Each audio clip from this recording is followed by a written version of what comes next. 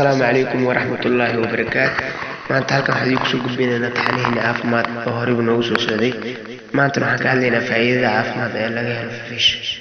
في الفيش وحكمتها إن معين قال لنا هو من يستوعب فائدة تأجر كهنا. فائدة كإلا لا إنه حاكم ده. وعواصل كميسان كجيرك. لابو وحكارتك تاكنسر. سدح وحجيرك كدفاع عن الفكشن. أفر وحكارتك تاني جبك.